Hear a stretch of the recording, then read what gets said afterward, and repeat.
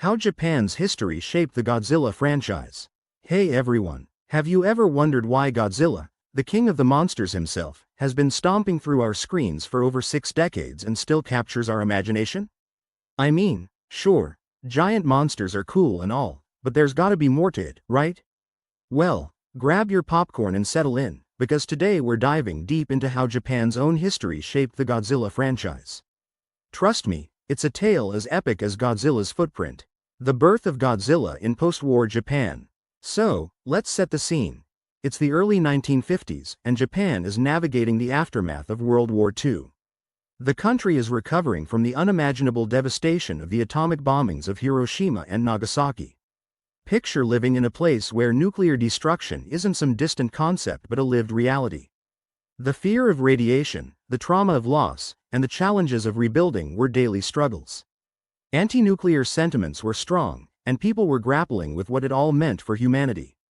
Amidst this backdrop, the idea of Godzilla was born. But he wasn't just a monster created to entertain, he was a symbol. A manifestation of the horrors of nuclear weapons and the message that tampering with such power comes with dire consequences. Godzilla emerged from the depths of Japan's cultural trauma, embodying the fear and anxiety of a nation scarred by atomic warfare. The original film, 1954, and nuclear allegory. Let's talk about the original 1954 film, Gojira.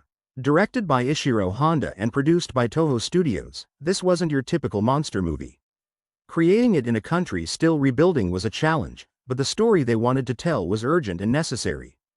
Godzilla was portrayed as a force awakened by nuclear testing, a not-so-subtle nod to real-world events. The scenes of destruction in Tokyo weren't just special effects. They were reminiscent of the bombings and the fire raids during the war. Japanese audiences saw Godzilla and felt the weight of their recent history. The film was a powerful allegory for the dangers of nuclear weapons and the hubris of humanity thinking it could control such power. On the flip side, when the film was released internationally, a lot of that context was lost. Many saw it as just another sci-fi creature feature, missing the profound messages intertwined within the narrative. Godzilla as a reflection of Japan's environmental concerns. Moving into the 1970s, Japan faced new challenges. Rapid industrialization brought economic growth but also significant environmental issues. Pollution was a growing concern, and people were becoming more aware of the consequences of neglecting nature. Enter Godzilla vs. Hedorah, 1971. In this film, Godzilla battles Hedorah, a monster born from sludge and pollution, a literal embodiment of environmental neglect. This wasn't merely about monsters duking it out, it was a commentary on the state of the environment. The film highlighted the dangers of unchecked industrialization and served as a wake-up call about the ecological crises looming over Japan. By integrating these themes, the Godzilla franchise remained relevant, using its platform to raise awareness and spark conversations about environmental activism and the need for sustainable practices. Economic boom and technological advancement. Jump ahead to the 1980s, and you'll find Japan riding the wave of an economic boom. The Japanese economic miracle was in full swing, with advancements in technology and modernization at an all-time high. This era's influence seeped into the Godzilla movies. Suddenly, high-tech weaponry, sleek machinery, and even robotic adversaries like Mechagodzilla made their appearance. The films began exploring themes about technology surpassing human control and the potential pitfalls of rapid advancement. While it was an exciting time, there was an undercurrent of anxiety about losing touch with traditional values and the risks of over-reliance on technology. Godzilla often stood as a reminder that despite all our innovations, we're still vulnerable to forces beyond our control, especially when we disrupt the natural order. The Heisei era and revisiting nuclear anxiety. The Heisei era brought a return to more serious and darker themes in the Godzilla franchise. Starting in 1984 with The Return of Godzilla, the series rebooted, aiming to reconnect with the original film's tone. During this time, the Cold War was heightening global nuclear tensions. Japan, while not a nuclear power, was caught in the geopolitical crossfire, raising both old and new anxieties about nuclear conflict. The Heisei series updated Godzilla's origin story, once again linking him to nuclear energy and testing. These movies resonated with a new generation, highlighting that the fears of nuclear devastation were still very real. By revisiting these themes, the franchise maintained its relevance, proving that Godzilla wasn't just a relic of the past but a versatile symbol adaptable to contemporary issues. Shin Godzilla, 2016, and modern disasters. Now, let's fast forward to 2016 and talk about Shin Godzilla. In 2011, Japan faced the triple disaster: a massive earthquake, a devastating tsunami, and the Fukushima Daiichi nuclear disaster. These events had a significant impact on Japanese society, shaking confidence in government and disaster preparedness. Shin Godzilla tackled these themes head-on. The movie isn't just about Godzilla wreaking havoc, it's a sharp critique of government inefficiency and red tape during crises.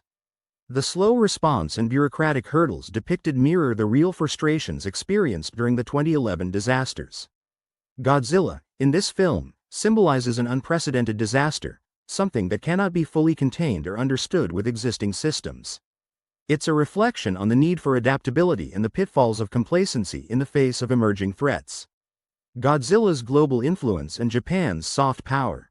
Over the years, Godzilla has become a global icon. Hollywood took notice, producing its own versions starting with the 1998 film and more successfully with the MonsterVerse films like Godzilla, 2014, and Godzilla, King of the Monsters, 2019. These adaptations often bring their own spin, sometimes focusing more on action and spectacle. While interpretations differ, the central themes of humanity's fragility and nature's power remain. Godzilla serves as a cultural ambassador for Japan, a prime example of soft power. Through films, merchandise, and pop culture references, he has influenced international perceptions, showcasing Japan's storytelling prowess and creativity. It's pretty wild to think that a character born from post-war anxieties now unites fans across the world, transcending language and cultural barriers. The evolution of Godzilla's character. One of the coolest things about Godzilla is how much he's changed over time. From a terrifying symbol of destruction to a defender against greater threats, his role has evolved alongside society. In some films, Godzilla is the bad guy you don't want to mess with. In others, he's the lesser of two evils or even Earth's protector, battling monsters that threaten humanity. This shift is influenced by changing audience expectations and societal contexts. As fans grew up and new generations discovered the franchise, the stories adapted, balancing nostalgia with fresh ideas. Looking to the future, it's exciting to imagine where Godzilla will go next. With advances in CGI and storytelling, the possibilities are endless. Will he face off against new foes? Return to his darker origins? So, there you have it, a journey through time showing how Japan's history has shaped the Godzilla franchise. From the ashes of war to the forefront of environmental and technological discussions, Godzilla has been more than just a movie monster. He's a reflection of Japan's societal shifts, challenges, and triumphs. An enduring symbol that represents humanity's complex relationship with nature, technology, and our own creations. Next time you watch a Godzilla film, take a moment to think about the layers beneath the surface-level spectacle. There's a rich tapestry of history and meaning woven into those massive footprints and earth-shattering roars.